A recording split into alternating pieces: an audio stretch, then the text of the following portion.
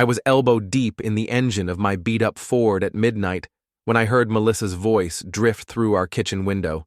She was on speakerphone, probably thinking I was asleep like any normal person would be at this hour. "I'm finally scheduling the surgery, Mom. The tubal ligation. I need my freedom, not diapers and sleepless nights." Before we dive deeper into this story, I have one small request. Please subscribe, drop a like, comment, and hit that hype button to boost this channel so more people can discover these incredible Reddit stories. My wrench slipped, scraping my knuckles against the engine block. 8 years of marriage, and this was how I found out my wife had decided we'd never have kids.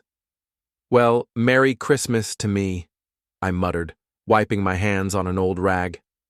I'd been fixing things my whole life: cars, plumbing, electrical systems. Hell, I'd even tried fixing our marriage for the past 2 years. But apparently, some things were beyond repair, and I was just too stupid to see it. Through the window, I could see Melissa pacing our kitchen in her silk pajamas, the ones that cost more than my monthly truck payment. Her blonde hair was perfectly styled even at midnight, because God forbid someone see her looking less than immaculate. "No, Mom, David doesn't know yet. He'll just have to deal with it. I'm not sacrificing my career for his blue-collar fantasies about little league games and family barbecues." I leaned against my truck, listening to my wife systematically destroy every dream I'd shared with her. We lived in Millbrook, one of those Midwestern towns where everyone knew everyone's business, where kids rode bikes to school and neighbors borrowed sugar. The kind of place where families mattered. Or at least, I thought they did. "The surgery's scheduled for next Friday. I'll tell him it's just a routine procedure. By the time he figures it out, it'll be done." My phone buzzed with a text from Sarah, Melissa's best friend since law school. "Can we talk tomorrow? It's important." Sarah Martinez worked as a school counselor and lived in a cozy craftsman house 3 blocks away. She was everything Melissa used to be: warm, genuine, the kind of person who remembered your birthday and asked about your day like she actually cared about the answer.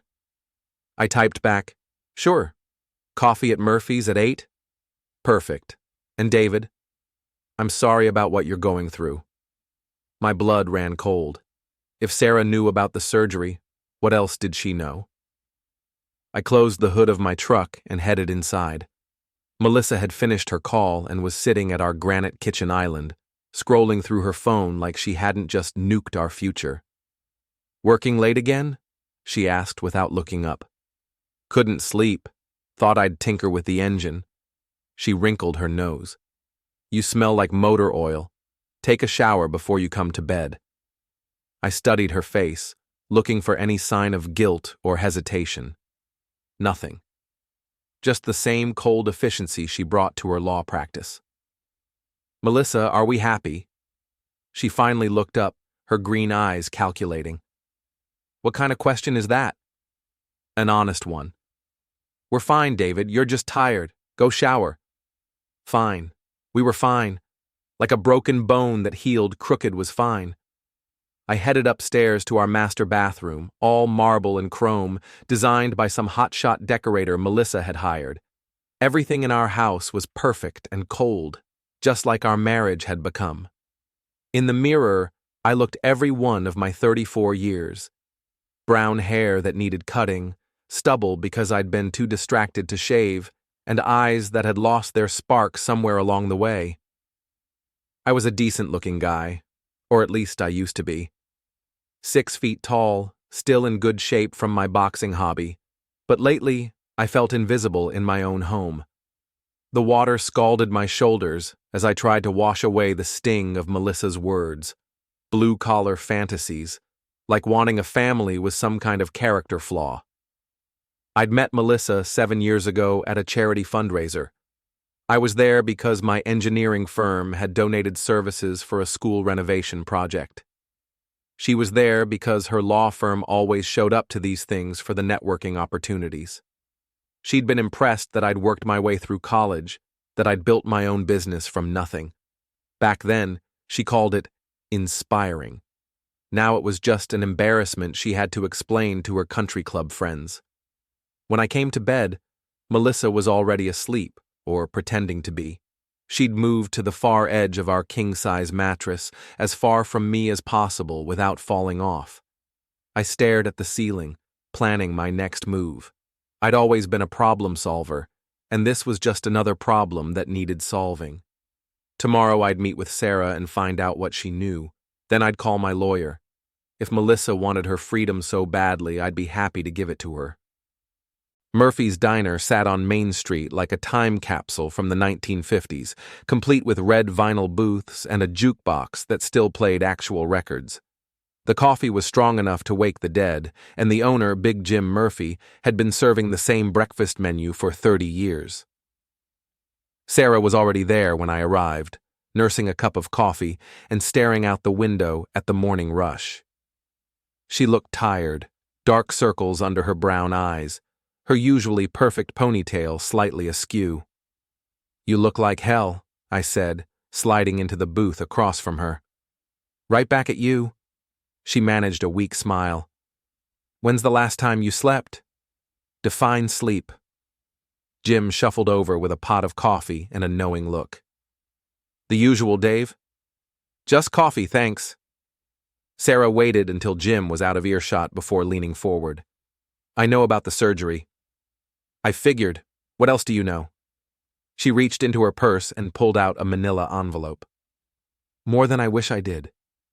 My hands were steady as I opened the envelope, but my heart was hammering against my ribs. Inside were photographs, Melissa and a man I recognized as Ethan Crawford, senior partner at her firm. They were coming out of the Riverside Hotel, his hand on her lower back, her face turned up to his, with an expression I hadn't seen in years. "How long?" I asked. "At least 6 months that I know of. Maybe longer." The photos were time-stamped. I flipped through them, watching my marriage dissolve in living color. Melissa and Ethan at dinner. Melissa and Ethan in his BMW. Melissa and Ethan kissing in the parking garage of her office building. "Why are you showing me this?" Sarah's cheeks flushed pink. "Because you deserve better. Because I've watched her treat you like dirt for 2 years, and I can't stand it anymore. And because I've been in love with you since the day we met." The words hung between us like a live wire. Sarah had been at our wedding, had been Melissa's maid of honor. She'd been to our house for dinner dozens of times, had listened to me complain about work and celebrated my small victories like they mattered. "Sarah, I'm not asking for anything," she said quickly. "I just needed you to know the truth. About Melissa, about Ethan, about everything." I studied the photos again. Ethan Crawford was everything I wasn't. Ivy League educated, old money, the kind of guy who wore suits that cost more than my truck. He was also married with 2 kids. Does his wife know? Not yet, but she will. The bell above the door chimed, and I looked up to see Melissa walk in, scanning the room until she spotted us.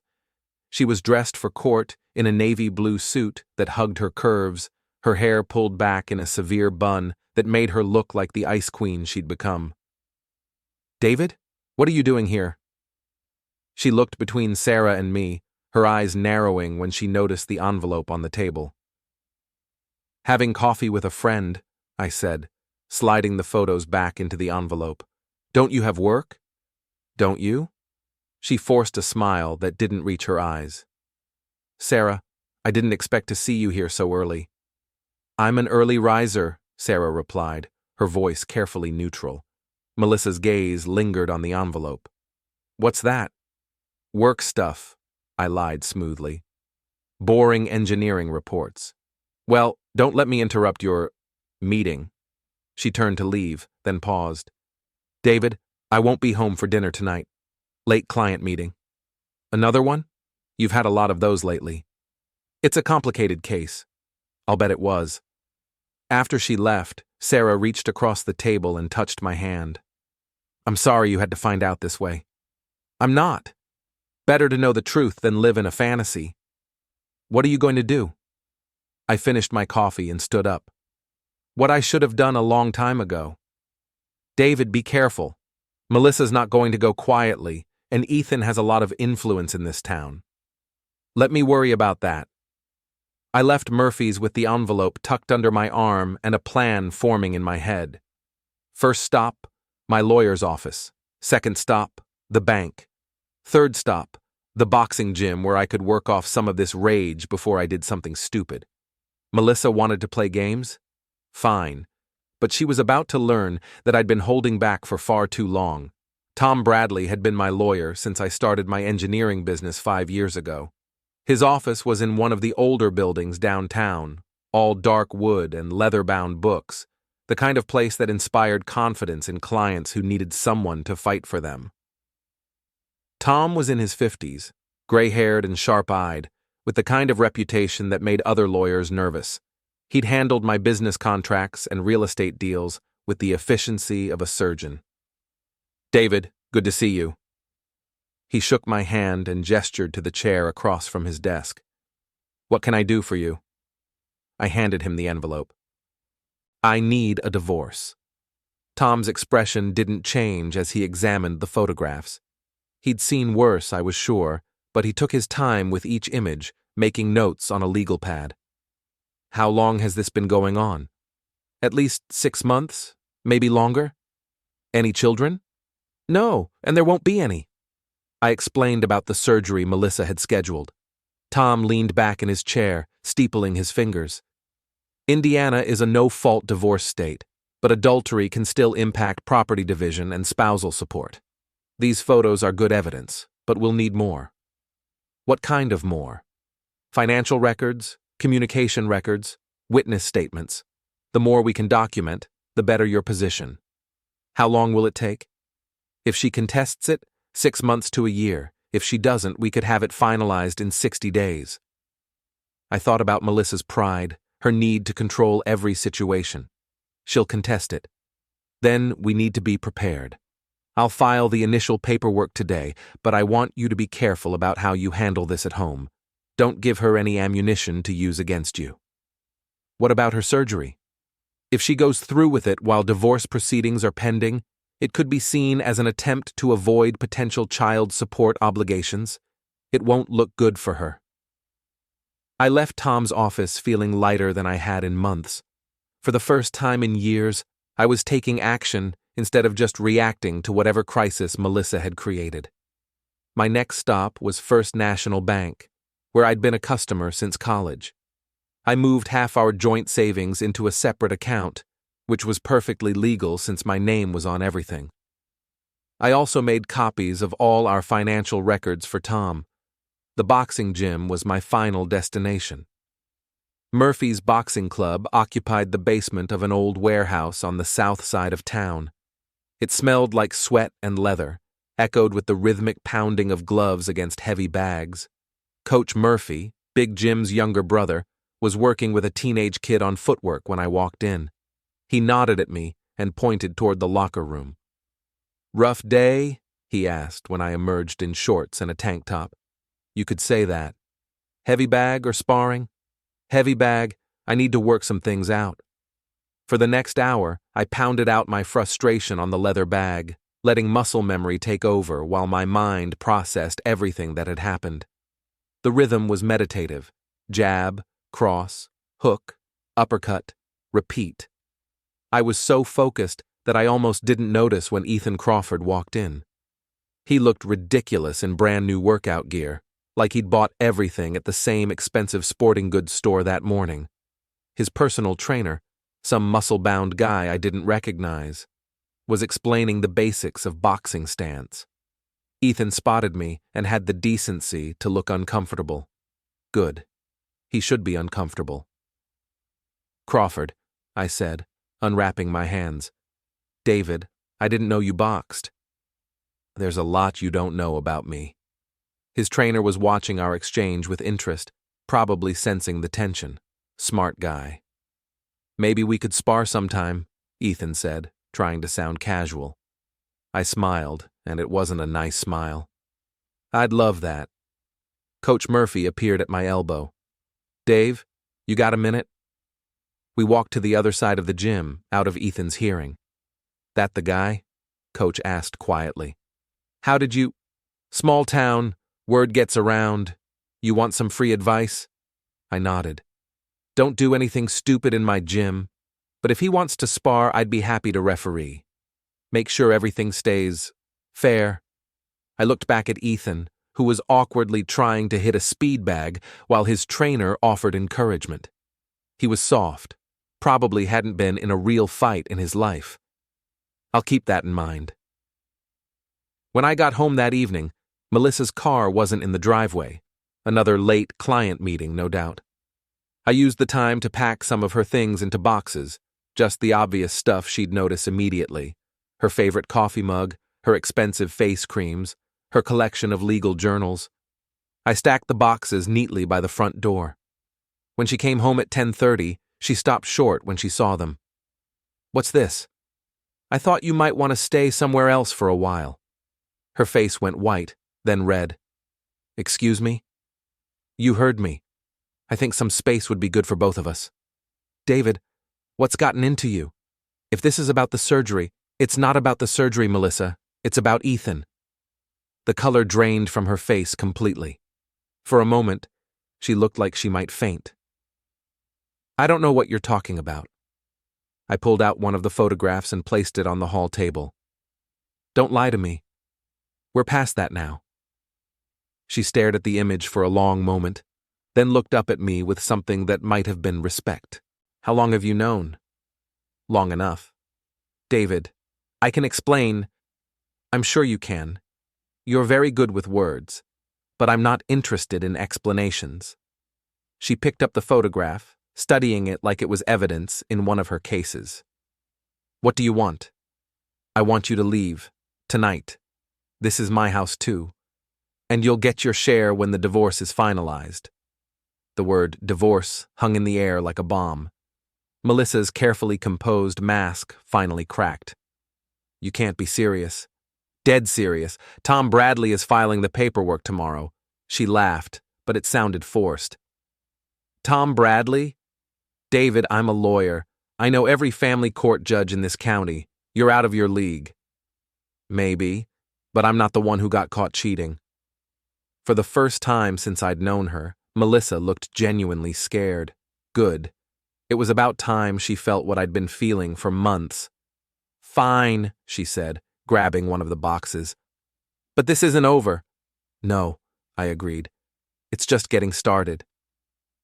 Melissa moved in with her sister Jennifer, who lived in one of those gated communities on the north side of town. Jennifer had married a plastic surgeon and spent her days playing tennis at the country club and organizing charity luncheons for causes she couldn't pronounce. I knew this because Sarah told me over dinner at Romano's, a little Italian place where we'd started meeting twice a week. Nothing romantic, just two friends supporting each other through difficult times. Jennifer called me yesterday, Sarah said, twirling pasta around her fork. She wanted to know if I thought you were having a breakdown. What did you tell her? That you were the sanest person I knew. Sarah looked beautiful in the soft candlelight, her dark hair loose around her shoulders instead of pulled back in her usual practical ponytail. She was wearing a blue dress that brought out her eyes, and I found myself wondering why I'd never noticed how attractive she was. Probably because I'd been too busy trying to save a marriage that was already dead. Melissa's telling people you threw her out for no reason, Sarah continued. She's playing the victim card pretty hard. Let her. The truth will come out eventually. What about Ethan? Have you seen him since the gym? I smiled, remembering yesterday's encounter. Actually, yes. He came by my office this afternoon. Ethan had shown up unannounced, looking nervous and overdressed in his $1,000 suit. My office was in a converted warehouse on the industrial side of town, all concrete floors and exposed beams, not exactly his natural habitat.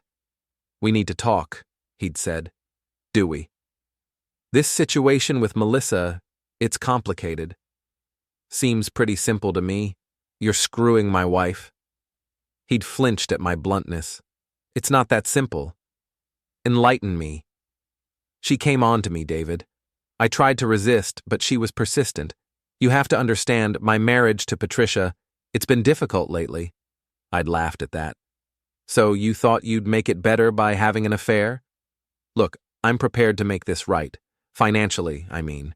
I can help with the divorce settlement, make sure you're taken care of. You want to buy me off? I want to resolve this like civilized adults. That's when I'd stood up, all 6 feet of me, and watched him take an involuntary step backward. Here's my counteroffer, Ethan. You stay away from me, and I'll think about not telling your wife what you've been doing. You can't prove anything. I'd opened my desk drawer and pulled out a manila envelope. Not the original photos, but copies I'd had made. His face had gone gray when he saw them. Want to bet? He'd left without another word. You didn't, Sarah said when I finished the story. I did, and it felt fantastic. David, you need to be careful. Ethan has connections. He could make trouble for your business. Let him try. I've got contracts with half the school districts in the county. They're not going to fire me because some lawyer got his feelings hurt. Sarah reached across the table and touched my hand. I worry about you. Don't. I'm finally doing what I should have done years ago. Which is? Fighting back. The next morning, I got a call from Tom Bradley. We've got a problem, he said. Melissa hired Rebecca Stone. Rebecca Stone was the most expensive divorce lawyer in the state, known for destroying husbands in court and taking no prisoners. She was also Ethan's ex-wife, which explained how Melissa could afford her. Let me guess, Ethan's paying her fees? That's my assumption. Rebecca filed a motion claiming you forced Melissa out of the marital home and demanding temporary spousal support. Can she get it? Maybe. We need to be prepared for a fight. I hung up feeling like I'd been sucker punched. Melissa was escalating this, bringing in the heavy artillery. Fine. 2 could play that game. I called Coach Murphy and asked if he knew any private investigators. He gave me the name of a guy named Rick Santos, former cop who specialized in domestic cases.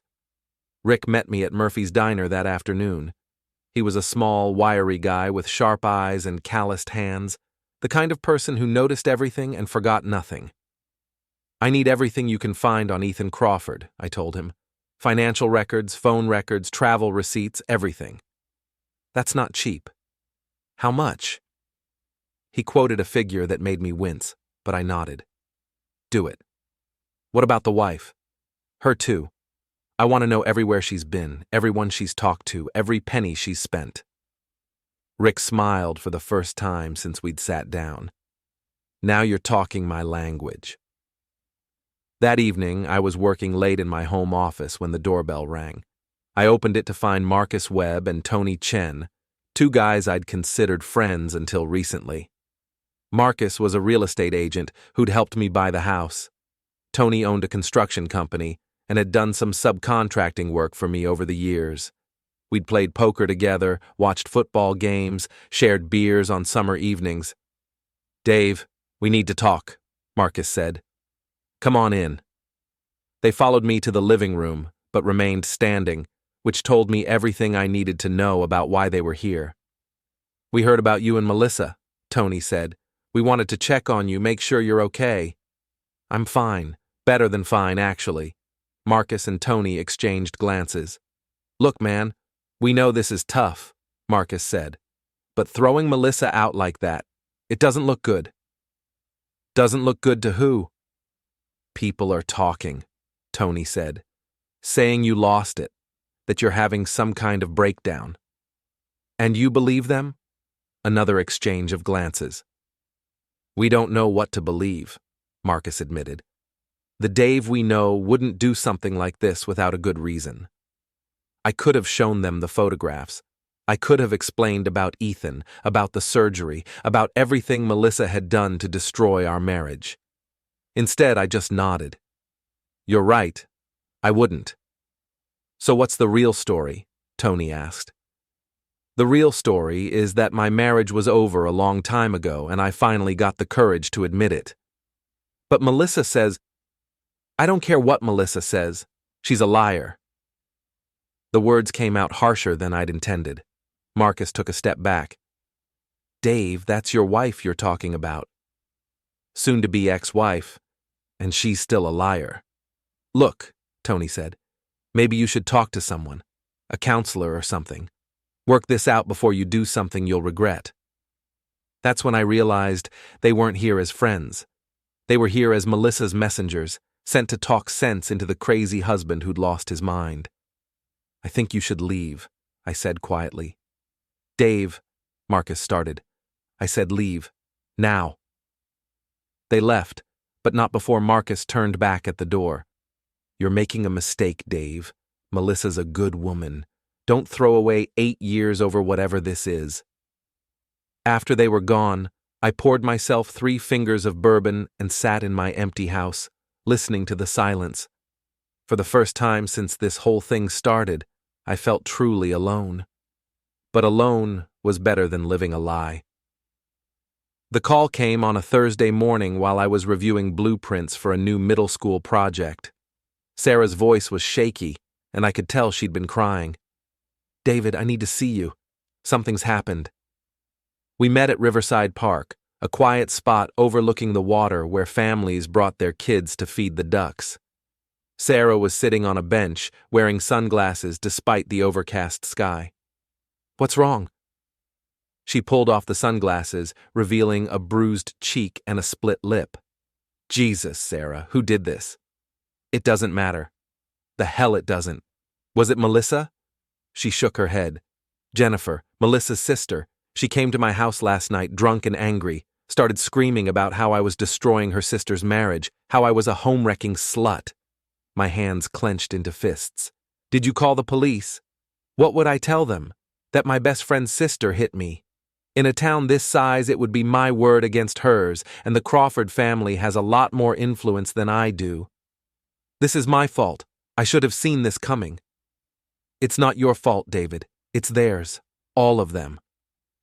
Sarah leaned against me, and I put my arm around her shoulders. She felt small and fragile, nothing like the strong woman who'd been supporting me through this mess. There's something else, she said. Jennifer told me something about Melissa and Ethan. What? They're planning to get married as soon as your divorce is final. Ethan's already filed for divorce from Patricia. They've been planning this for months. The betrayal hit me like a physical blow. Bad enough that Melissa had been cheating, but she'd been planning her entire future with another man while lying to my face every night. How long have you known? Jennifer just told me last night. I swear, David, I had no idea it had gone that far. I believed her. Sarah had been nothing but honest with me from the beginning. I want to see them, I said. Both of them. David, no, that's exactly what they want, for you to do something stupid so they can use it against you in court. I'm not going to do anything stupid. I just want to talk. Sarah grabbed my arm. Promise me you won't do anything that could hurt you legally. I promise. But I was lying, and we both knew it. I found them at the Riverside Hotel that evening, the same place where Sarah had photographed them months earlier. The hotel bar was dimly lit, all dark wood and brass fixtures, the kind of place where lawyers and businessmen made deals over expensive whiskey. Melissa and Ethan were sitting in a corner booth, leaning close together over martinis and what looked like wedding magazines. Melissa was wearing a red dress I'd bought her for our anniversary 2 years ago. I walked over and slid into the booth next to Ethan, who nearly jumped out of his skin when he saw me. David, Melissa said, her voice carefully controlled. What are you doing here? Having a drink. This is a public place, right? Ethan started to get up. I think I should... Sit down, Ethan. We're all adults here. He sat, but he looked like he wanted to run. Congratulations, I said, gesturing at the magazines. I hear you're planning a wedding. Melissa's mask slipped for just a moment, revealing something that might have been shame. David? No, it's fine, really. I'm happy for you both. True love and all that. You're drunk, Ethan said. Stone sober, actually. Clearer than I've been in years.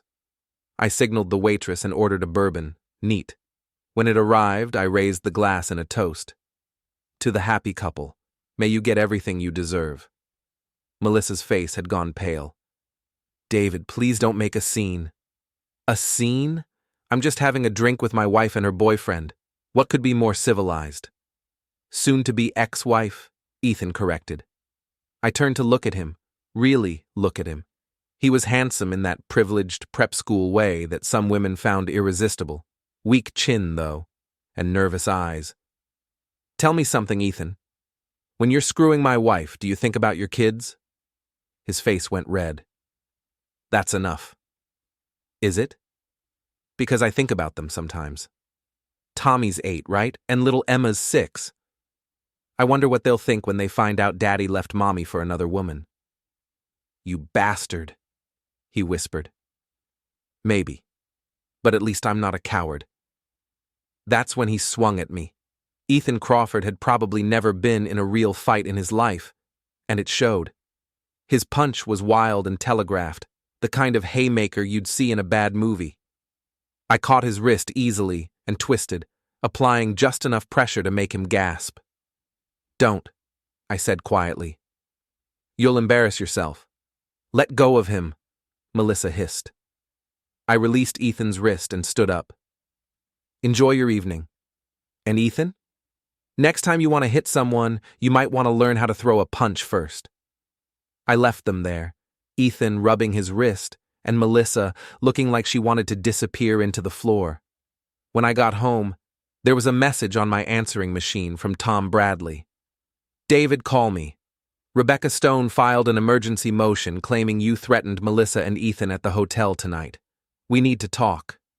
I poured myself another bourbon and called him back. Did you threaten them? Tom asked without preamble. I had a conversation with them. David, there were witnesses, the hotel staff, other customers. Rebecca's claiming you assaulted Ethan.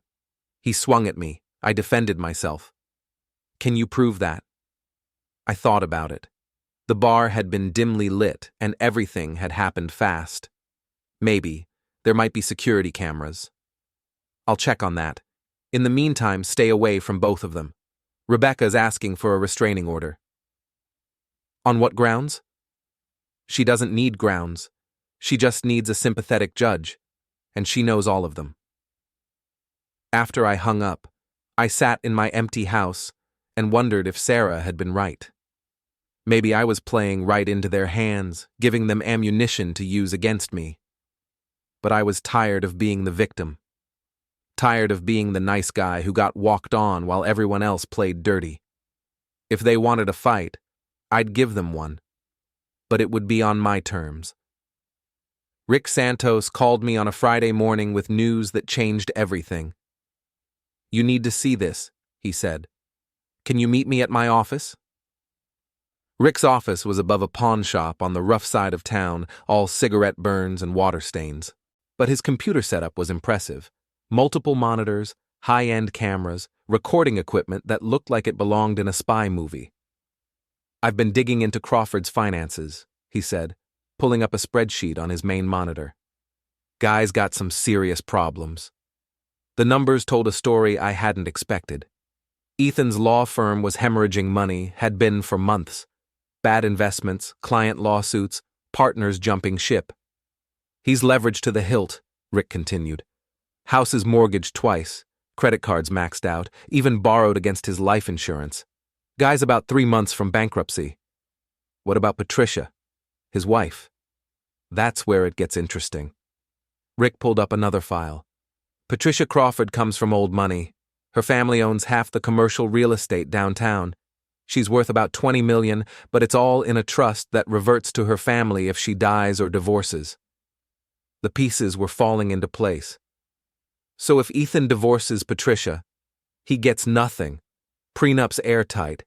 But if he can convince her to divorce him for adultery, he might be able to claim emotional damages. And Melissa? Rick smiled. Your wife's been busy. She's been moving money around for months, setting up accounts you don't know about. But here's the kicker. Most of that money came from Ethan. He showed me bank records, wire transfers, a paper trail that painted a picture of 2 people planning to disappear together. They were going to take you for everything in the divorce, Then skip town, Rick said. Probably somewhere without extradition treaties. I stared at the evidence, feeling sick. How much? About 200,000 so far, all money that should have been community property. Can we prove this? Already have. These records will hold up in court. I left Rick's office with a briefcase full of evidence and a plan forming in my head. But first, I had a phone call to make. Patricia Crawford answered on the second ring. Hello? Mrs. Crawford, this is David Mitchell. I think we need to talk. There was a long pause. About what? About what our spouses have been doing behind our backs.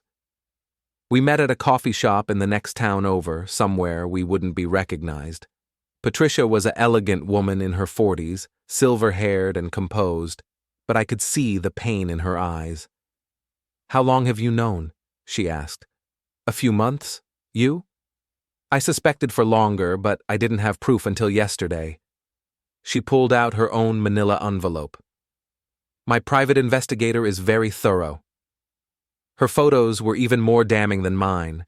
Ethan and Melissa in hotel rooms, at restaurants, even at a jewelry store looking at engagement rings. I'm sorry, I said. So am I. Ethan and we weren't perfect, but I thought we had something worth saving. What will you do? File for divorce. Take him for everything he's worth, which apparently isn't much. She smiled grimly. What about you? I told her about the financial records, about Melissa's hidden accounts, about their plan to disappear together.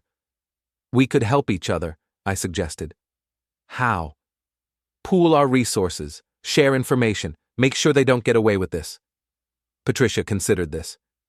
What did you have in mind? A little public humiliation. Show this town who they really are. Her smile was sharp as a blade. I'm listening. The plan we hatched was simple and devastating. The annual Christmas charity gala was 2 weeks away, the biggest social event of the year. Everyone who mattered in town would be there, including Melissa and Ethan. Patricia had connections with the event organizers. Her family had been major donors for decades. She could arrange for certain information to be displayed during the silent auction slideshow. Photos? I asked. Better. Financial records. Let everyone see exactly how much money they've been stealing. Won't that hurt you too? I don't care anymore. My reputation will survive. Theirs won't. We shook hands on it, two wounded spouses planning their revenge. That evening, I called Sarah and asked her to be my date for the gala. Are you sure that's a good idea? She asked. Probably not, but I'm done hiding. David, what are you planning? Justice. The next 2 weeks passed in a blur of preparation. Patricia and I met regularly, refining our plan, making sure every detail was perfect. Tom Bradley thought we were crazy, but he agreed to have the divorce papers ready to serve immediately after the gala. Rick Santos worked overtime, gathering more evidence, building an airtight case that would destroy Melissa and Ethan in court. And through it all, Sarah stood by me, offering support and comfort, even though she knew what was coming would change everything. The night before the gala, she came to my house with dinner and a bottle of wine. Last chance to back out, she said. Are you having second thoughts? About tomorrow? No. About us? Maybe. I looked at her, really looked at her. Somewhere along the way, Sarah had become the most important person in my life. Not because she was helping me get revenge on Melissa, but because she was everything Melissa had never been. Honest, caring, real. What are you afraid of? That you're doing this for the wrong reasons. That you're so focused on hurting Melissa that you can't see what's right in front of you. I took her hands in mine. Sarah, you're the only good thing that's come out of this mess. Whatever happens tomorrow, that won't change. She smiled, and for the first time in weeks, it reached her eyes. Then let's give this town something to talk about. The Riverside Hotel's ballroom was transformed for the Christmas charity gala, all twinkling lights and gold decorations, with a 20-foot tree dominating one corner. The cream of Millbrook society was there. Lawyers, doctors, business owners, and their perfectly coiffed wives, all writing checks for causes they'd forget about by New Year's. Sarah looked stunning in a black dress that hugged her curves, her hair swept up to show off the diamond earrings I'd bought her that afternoon. When we walked in together, conversation stopped and heads turned. By now, everyone knew about the divorce, and seeing me with Sarah was confirmation of all the rumors they'd been whispering. "You ready for this?" I whispered. "As ready as I'll ever be." Melissa and Ethan were holding court near the bar, surrounded by their usual circle of admirers. Melissa wore a gold dress that probably cost more than most people's monthly salary, and she was working the room like the politician she'd always wanted to be. She saw us enter and her face went white, then red. Ethan followed her gaze and nearly dropped his drink. "Showtime," I murmured to Sarah. We made our way through the crowd, accepting congratulations and condolences in equal measure. Some people were genuinely happy to see me moving on. Others were clearly fishing for gossip.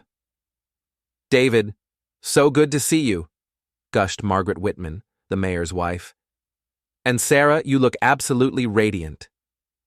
"Thank you, Margaret. It's good to be here. I hope you don't mind me saying, but you two make a lovely couple." From across the room, I could see Melissa's jaw clench. Patricia Crawford was working her own section of the room, playing the gracious hostess despite her personal drama. She caught my eye and nodded almost imperceptibly. Everything was in place. The silent auction was the centerpiece of the evening, with items displayed on tables around the perimeter of the ballroom. A large screen showed a rotating slideshow of auction items, donor recognition, and photos from previous year's events. At exactly 9 o'clock, the slideshow changed. The first image was innocent enough, a photo of Ethan and Melissa at last year's gala, looking like the successful power couple they pretended to be. But then came the bank records, blown up large enough for everyone to see. Account numbers were blacked out, but the amounts were clear. Wire transfers, cash withdrawals, a paper trail of financial deception that painted a picture of systematic theft. The room went quiet as people realized what they were seeing. Then came the photos. Ethan and Melissa at the hotel, at restaurants, at the jewelry store. The timestamps showed dates when both were supposed to be working late or out of town on business.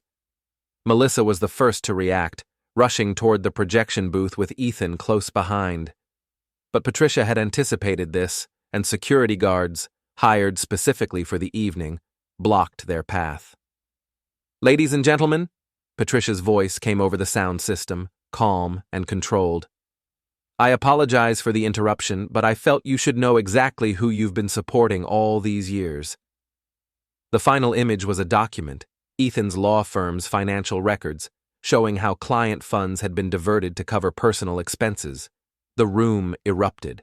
Voices raised in shock, anger, disbelief. Several prominent clients of Ethan's firm were in attendance, and they looked ready to lynch him on the spot. Melissa was screaming at the security guards, demanding they let her through. Ethan had gone pale and was backing toward the exit. That's when Tom Bradley appeared with the divorce papers and a process server.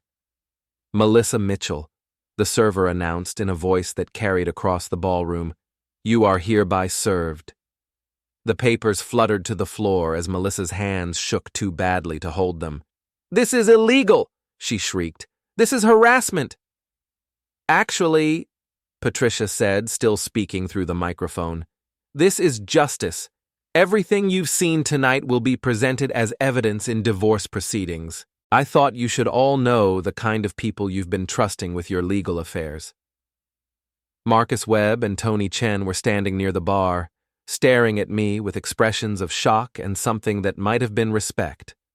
The friends who'd abandoned me were seeing the truth for the first time. Marcus started walking toward me, but I turned away. Too little, too late.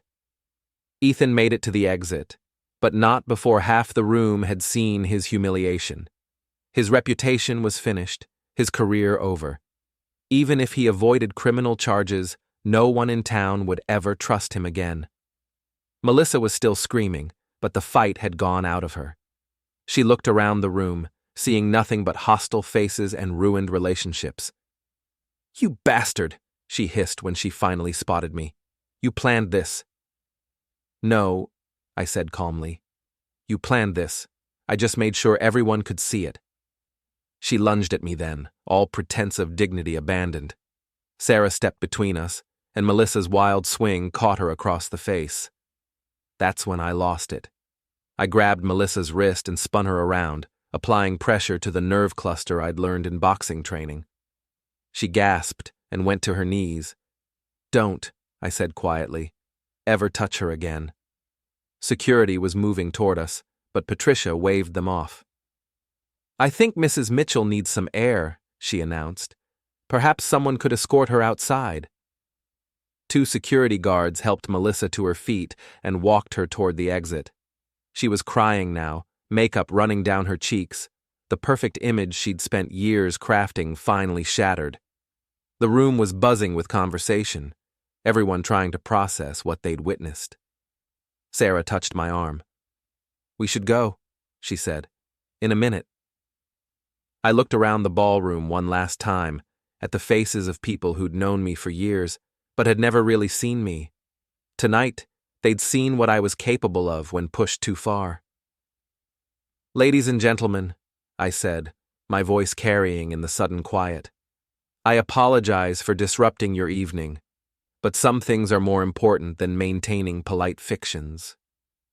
We left through the main entrance, walking past the reporters who'd somehow gotten word of the drama. Tomorrow's newspaper would have a field day, but I didn't care anymore. In the parking lot, Sarah stopped and turned to face me. "That was either the bravest or the stupidest thing I've ever seen," she said. "Probably both." She kissed me then, right there under the streetlights with half of Millbrook's elite watching from the hotel windows. "I love you," she whispered against my lips. "I love you too." For the first time in years, I meant it completely. The newspaper coverage was everything I'd hoped for, and worse than I'd feared. The Millbrook Gazette ran a front-page story with the headline, "Local Lawyer Exposed in Charity Gala Scandal," complete with photos from the evening and detailed financial records. By Monday morning, 3 more of Ethan's clients had filed complaints with the State Bar Association. His law firm's partners held an emergency meeting and voted to expel him. Patricia's divorce attorney was already moving to freeze his assets. Melissa fared no better. Her own firm, faced with potential liability from her financial improprieties, placed her on administrative leave pending an investigation. The surgery she'd scheduled was postponed indefinitely. Hard to justify elective procedures when you're facing unemployment. I was in my office reviewing blueprints when Marcus Webb showed up, looking sheepish and uncomfortable. "Got a minute?" he asked. "Depends. You here as Melissa's messenger again?" He winced. "I deserved that. Look, Dave, I owe you an apology, a big one." "Yeah, you do. I should have trusted you, should have known there was more to the story. But you didn't." "No, I didn't. I let Melissa convince me you were having some kind of breakdown, that you'd thrown her out for no reason." I leaned back in my chair, studying his face. Marcus looked genuinely remorseful, but trust, once broken, wasn't easily repaired. "Why are you here, Marcus?" "Because I want to make this right. You were my friend, and I abandoned you when you needed support. You chose sides. I chose wrong." He sat down across from my desk. "Tony feels the same way. We both do. And now that you know the truth, you want to be friends again? If you'll have us." I thought about it. Marcus and Tony had been good friends for years before this mess started. They'd made a mistake, but it was based on incomplete information and Melissa's manipulation. "It's not that simple," I said finally. "You didn't just doubt me. You came to my house and told me I was making a mistake. You made me feel like I was crazy for wanting out of a marriage that was killing me. I know, and I'm sorry. Sorry doesn't fix it, Marcus. Sorry doesn't give me back those weeks when I felt completely alone." He nodded, accepting the judgment. "What can I do?" "Nothing. There's nothing you can do. The damage is done. So we're not friends anymore? I don't know what we are, but we're not what we used to be. After he left, I sat in my office thinking about friendship and loyalty and the price of choosing wrong. Sarah had stood by me when everyone else had doubts. That meant something. The phone rang, interrupting my brooding. "David, it's Tom. We need to talk." Tom's voice was grim, which usually meant bad news. "What's wrong?" "Rebecca Stone is claiming the gala was a setup, that you and Patricia conspired to publicly humiliate Melissa and Ethan. She's filing motions for damages. On what grounds? Intentional infliction of emotional distress, invasion of privacy, conspiracy. She's throwing everything at the wall to see what sticks. Can she make it stick? Some of it, maybe. The financial records were obtained legally, but the public display could be seen as excessive. And the photos were taken in public places. I know, but Rebecca's arguing that showing them at the gala was malicious. I rubbed my temples, feeling a headache coming on. What's the worst-case scenario? If she wins, you could be liable for damages. Plus, it could affect the divorce settlement. How much are we talking about? Hard to say. Rebecca's asking for $2 million. The number hit me like a punch to the gut. $2 million. More than my business was worth, more than I could pay without losing everything. Tom, I can't. Relax. She's asking for $2 million, but she'll never get it. This is just Rebecca's opening gambit. She wants to scare you into a settlement. Is it working? Should it be? I thought about the gala, about the look on Melissa's face when her secrets were exposed, about the justice of it all. No, I said. Let her come. We'll fight it. Good. Because I think we can win this. That evening, Sarah came over with Chinese takeout and a bottle of wine. We ate in comfortable silence, both of us processing the events of the past few days. Any regrets? She asked finally. About the gala? No. About us? Never. What about your friends? Marcus seemed genuinely sorry. Maybe. But sorry doesn't erase what happened. People make mistakes, David. Good people can make bad choices when they don't have all the information. I looked at her. This woman who'd stood by me when everyone else had doubts. You didn't. I had advantages they didn't. I knew the real Melissa, not the act she put on for everyone else. Still, you chose to believe in me. It wasn't a choice. It was faith. Later that night, as we lay in bed listening to the rain against the windows, Sarah brought up something that had been on my mind too. What happens now? She asked. What do you mean? With us. Are we together because we love each other, or because we both needed allies against Melissa? It was a fair question, one that deserved an honest answer. I can't speak for how this started, I said, but I know how I feel now. I love you, Sarah, not because you helped me through the divorce, but because of who you are. And who am I? You're the woman who saw me at my worst and didn't run away. You're the woman who risked everything to tell me the truth. You're the woman I should have been with all along. She was quiet for a long moment. I love you too, she said finally. But I need to know this is real, not just rebound from a bad marriage. How do we know that? Time and honesty, and maybe some distance from all this drama. She was right, of course. Our relationship had been forged in the fire of conflict and betrayal. We needed to find out if it could survive in peacetime. So, what are you suggesting? That we take this slow, date properly, see who we are when we're not fighting Melissa and Ethan. I'd like that. Good, because I'm not going anywhere. As I drifted off to sleep, I felt something I hadn't experienced in years. Hope for the future. Whatever happened with the lawsuits and the divorce, I had Sarah, and that was worth fighting for.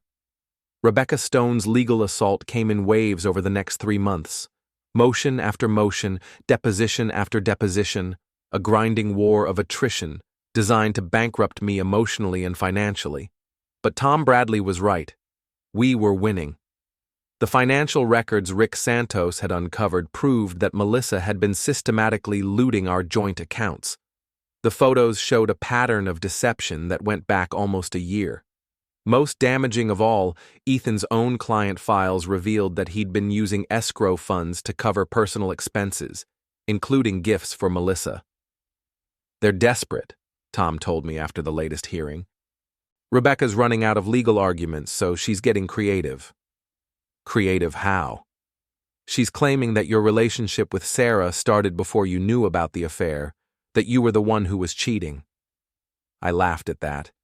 "She can't prove it because it's not true." "I know that, and you know that, but she only needs to create reasonable doubt." "What kind of evidence is she claiming to have?" "Testimony from Jennifer, Melissa's sister. She's willing to swear that she saw you and Sarah together romantically before you separated from Melissa." "Jennifer's a drunk and a liar." "Maybe, but she's a credible witness on paper. Respectable family, no criminal record, no obvious motive to lie." "Except loyalty to her sister?" "Which isn't a crime." I left Tom's office feeling frustrated and angry. Every time we knocked down one of Rebecca's arguments, she came up with another. It was like fighting smoke. Sarah was waiting for me at Murphy's Diner, nursing a cup of coffee and grading papers. She looked up when I slid into the booth across from her. "Bad news?" "Rebecca's claiming we were having an affair before I left Melissa." Sarah's face went pale. "Can she prove it?" "She thinks she can. Jennifer's willing to testify that she saw us together." "When?" "She's being vague about dates, but she's claiming it was months before the separation." Sarah set down her coffee cup with shaking hands. "David, this could destroy my career. If the school board thinks I was involved in breaking up a marriage, it won't come to that." "How can you be sure?" I reached across the table and took her hand. "Because I won't let it." That night, I called Rick Santos and asked him to dig deeper into Jennifer's background. "What am I looking for?" "Anything that discredits her as a witness. DUI arrests, financial problems, anything that shows she's not the upstanding citizen she pretends to be." "That'll cost extra." "I don't care. Do it." Rick called me back 2 days later with news that changed everything. "Your sister-in-law's got problems," he said. "Big ones." We met at his office, where he spread out a collection of documents that painted a picture of a woman in serious trouble. Jennifer Crawford, that's her married name, has been gambling. Big time. She's into the casino for about 50 grand, and they're not the kind of people who accept IOUs. The records showed a pattern of escalating bets, desperate attempts to win back losses, the classic spiral of a gambling addict. "There's more," Rick continued. "She's been stealing from her husband's medical practice. Small amounts at first, but it's been escalating. I estimate she's taken about $30,000 over the past 6 months. Does her husband know? Not yet, but he will soon. The accountant's been asking questions. And Melissa? That's the interesting part. Jennifer's been borrowing money from Melissa to cover her gambling debts. Your wife's been enabling her sister's addiction." I studied the documents, seeing a new angle to attack Rebecca's case. If Jennifer's desperate for money, and Melissa's been supporting her, then Jennifer has a financial motive to lie, Rick finished. She'll say whatever Melissa wants her to say to keep the money flowing. Can we prove the connection? Already have. Bank records, canceled checks, even some text messages between the sisters discussing Jennifer's situation. I called Tom immediately and arranged an emergency meeting. "This changes everything," Tom said, after reviewing Rick's evidence. "If Jennifer's testimony is motivated by financial desperation, it's worthless. Can we get the charges against her filed before the hearing? I'll make some calls. If her husband's willing to press charges for embezzlement, and if the casino's willing to cooperate on the gambling debts, make it happen." The timing was perfect. Jennifer was arrested on embezzlement charges the day before she was scheduled to testify. The local news covered her perp walk, complete with footage of her being led away in handcuffs. Rebecca Stone tried to salvage her case, but without Jennifer's testimony, she had nothing. The judge dismissed all of Rebecca's motions and awarded attorney fees to our side. "It's over," Tom told me after the hearing. "Melissa's got nothing left to fight with." The final divorce decree was signed on a Thursday in April, exactly 6 months after I'd first discovered Melissa's betrayal. The settlement was everything I'd hoped for. I kept the house, the business, and most of our assets. Melissa got her car, her clothes, and a small settlement that would last about 6 months if she was careful. Ethan had already left town, his law license suspended and his reputation in ruins. Word was he'd moved back east to live with his parents while he tried to rebuild his life. Patricia Crawford had taken him for everything in their divorce, then donated most of it to charity. She'd kept just enough to maintain her lifestyle and ensure her children's education was secure. "Justice," she'd told me at the final hearing, "is sometimes the best revenge." I found Melissa in the courthouse parking lot after the hearing, sitting in her BMW and crying. For a moment, I almost felt sorry for her. Almost. She looked up when I approached, her face streaked with mascara and defeat. "I hope you're happy," she said. "I'm not happy, Melissa, but I'm free. You destroyed my life. No, you destroyed your own life. I just made sure everyone could see it." She started the car and rolled down the window. "This isn't over, David." "Yes, it is. It's been over for a long time. We just finally made it official." I watched her drive away, probably for the last time. There was no satisfaction in her defeat, no sense of victory, just relief that it was finally finished. Sarah was waiting for me at home, our home now, with champagne and a smile that lit up the room. "How do you feel?" she asked. "Free, tired, ready to start over?" "Good, because I have something to tell you." The expression on her face made my heart skip a beat. "What?" She pulled out a small wrapped box and handed it to me. Inside was a positive pregnancy test. "Surprise," she said softly. I stared at the test, then at Sarah, then back at the test. After years of wanting children with Melissa, after her betrayal and the surgery she'd planned, the irony was almost overwhelming. "Are you sure?" "I'm sure. The doctor confirmed it yesterday." I pulled her into my arms and held her tight, feeling a joy I'd thought was lost forever. "I love you," I whispered. "I love you too. But David, are you ready for this? After everything with Melissa?" "I'm ready, more than ready. Even though it's complicated, even though people will talk, let them talk. We know the truth." That night we sat on the porch of our house, the house Melissa had never really made a home, and planned our future. Sarah's pregnancy, our wedding, the family we'd build together. "Do you think she'll ever forgive you?" Sarah asked. "Melissa? I don't know. I don't really care anymore." "You cared once." "Once. But that was before I learned who she really was." "And who was that?" I thought about it, about the woman I'd married and the stranger she'd become. Someone who valued appearance over substance.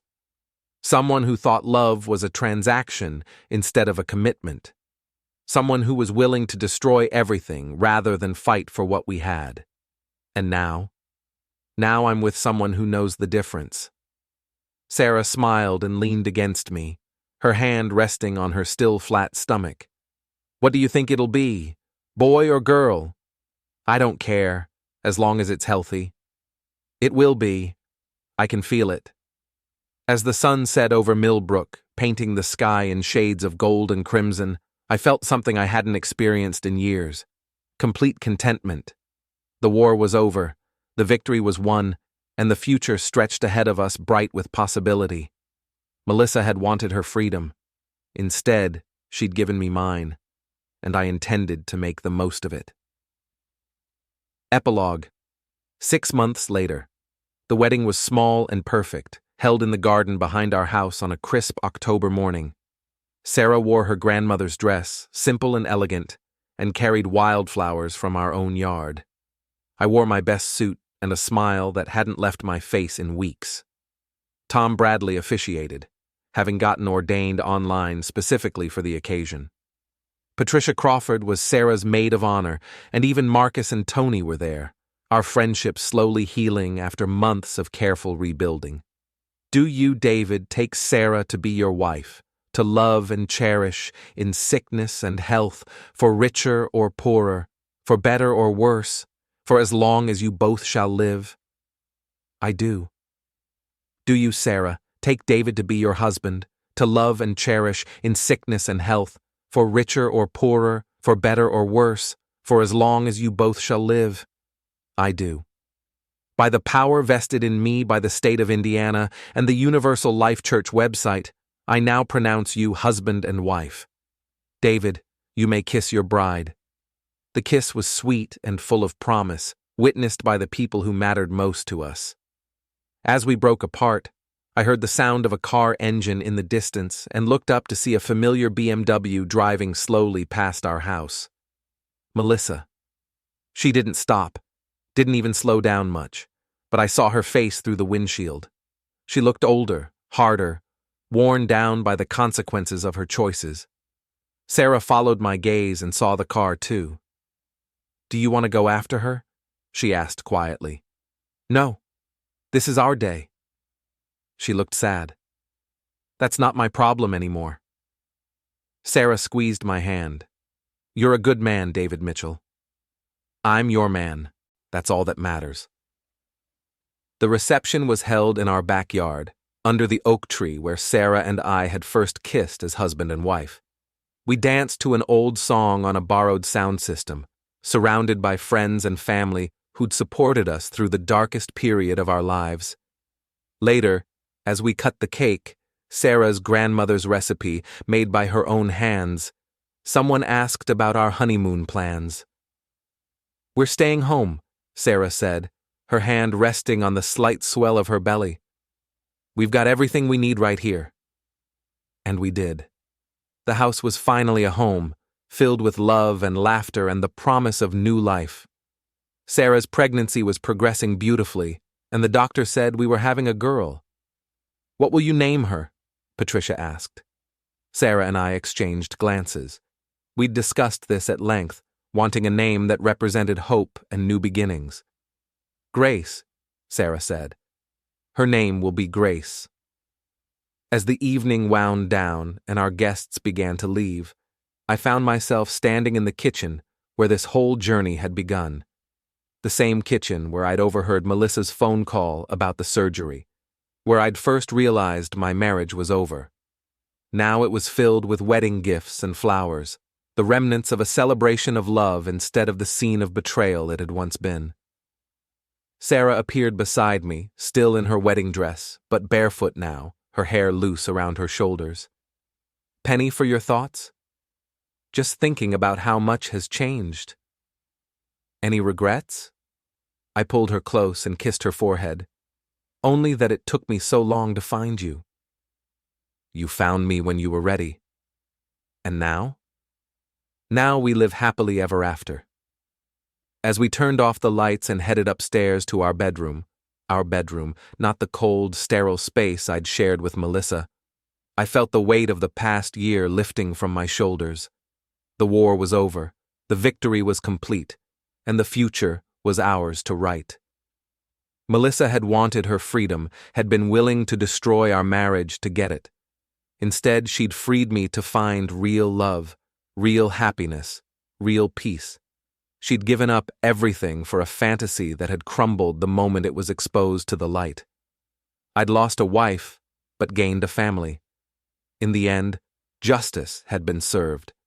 Not through revenge or retribution, but through the simple truth that actions have consequences and choices have prices. Melissa was paying hers. I was collecting mine.